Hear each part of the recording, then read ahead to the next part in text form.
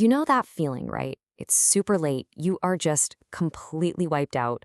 All you can think about is getting home, crashing into bed, and just disappearing until morning.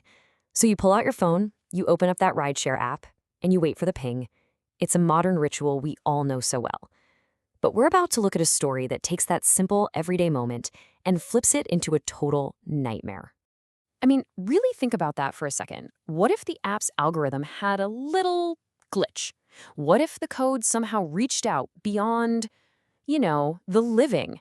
And what if the car that pulls up to the curb isn't just taking you home, but is actually on a ride that never, ever ended? So let's meet Nisha. She's a 26-year-old content moderator, and it is the dead of night. Her shift is finally over, and just like any other night, she's booking a cab to get home. The app flashes to life. Your driver is Mahesh Patel. He'll be there in 3 minutes. And that's when Nisha kind of raises an eyebrow. Mahesh? Again? That's the third night in a row she's gotten him as her driver. I mean, what are the odds of that in a massive city?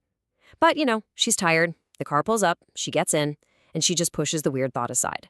Mahesh greets her, and his voice is super calm, really familiar. But Nisha pauses. She doesn't remember ever telling him her specific neighborhood, Powai, but again, she just dismisses it. It's probably a new app feature or something, she thinks. All that matters is getting home. She clicks her seatbelt, and the car pulls out into the quiet streets. But pretty quickly, the journey starts to feel, off. What should have been a totally normal ride from Andheri East to Powai starts to unravel. Little things, small, unsettling details just start piling up, building this quiet, creeping sense of dread. And you can just see how it escalates. First, there's a strange detour. Mahesh claims it's a shortcut, but it's through this creepy, deserted industrial area. Then, the radio crackles on, and it's playing a news bulletin from exactly 1 year ago. Next, they pass a restaurant billboard. And then, a few moments later, they pass the exact same billboard again, only this time it looks all burnt and rotted. Her phone starts to freak out, the GPS is frozen, and poof, the network bars are gone. And then, the final, most chilling thing happens. She gets a call from her friend, Sana. And this is the exact moment her whole world just splits apart. Nisha is telling Sana, "I'm in the car, I'm on my way." But Sana, who's standing right outside their office, is saying that's impossible. The security guard says Nisha is still waiting by the gate and that her cab booking was actually canceled. You have two completely different realities happening at the exact same time. While her mind is just reeling, trying to process this, her last link to the real world is just severed. The call drops. Her phone screen flashes. The little battery icon blinks like crazy for a second, and then it's just black. The phone is dead. She is completely and utterly alone, trapped in a reality that no one else can even see. And then, suddenly, it all just clicks into place. That date from the radio? July 2nd. A news story she'd saved to her phone a while back just comes flooding into her memory. An app cab driver was killed in a hit and run on this very highway, near Small Temple. It happened 1 year ago. Tonight. And the face in the news photo? It was Mahesh. Okay, so now the vibe in the car is just thick with fear. The weird coincidences aren't just weird anymore. They're pieces of a terrifying puzzle. Nisha knows, without a doubt, she is not in a normal cab anymore.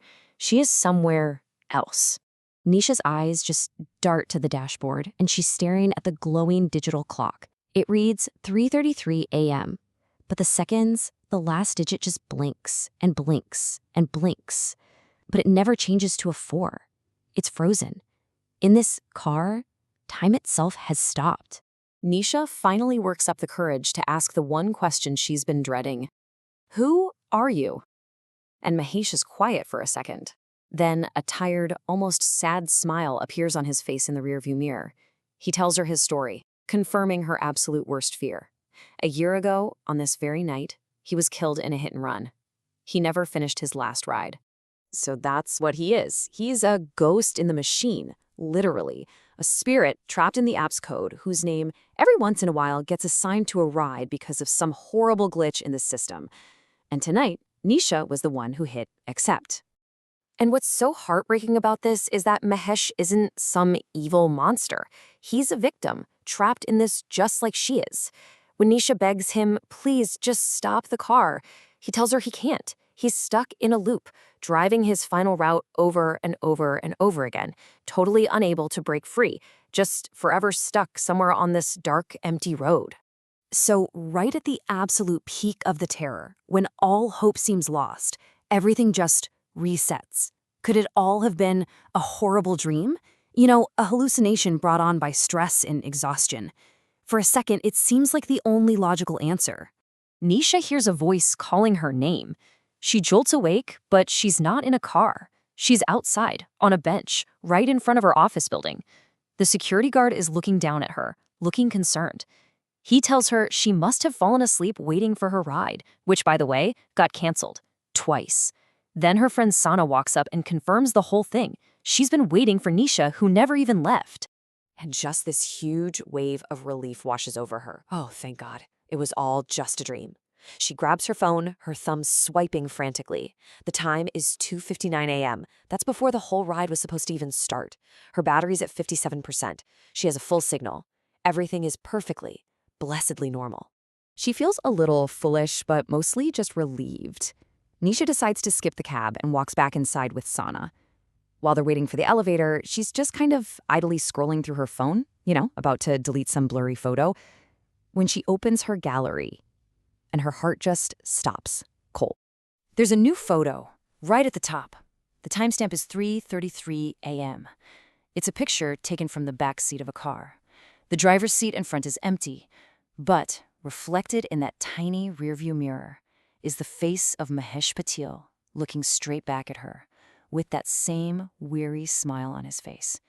The nightmare was real, and she's holding the proof in her hands. So what's the big takeaway here? This story leaves us with a pretty haunting thought. Yeah, our technology connects us in amazing ways, but maybe there are some connections that were never meant to be made. So the next time you're booking that late-night ride home, just think twice. You might think of Mahesh, forever driving a road he can never leave.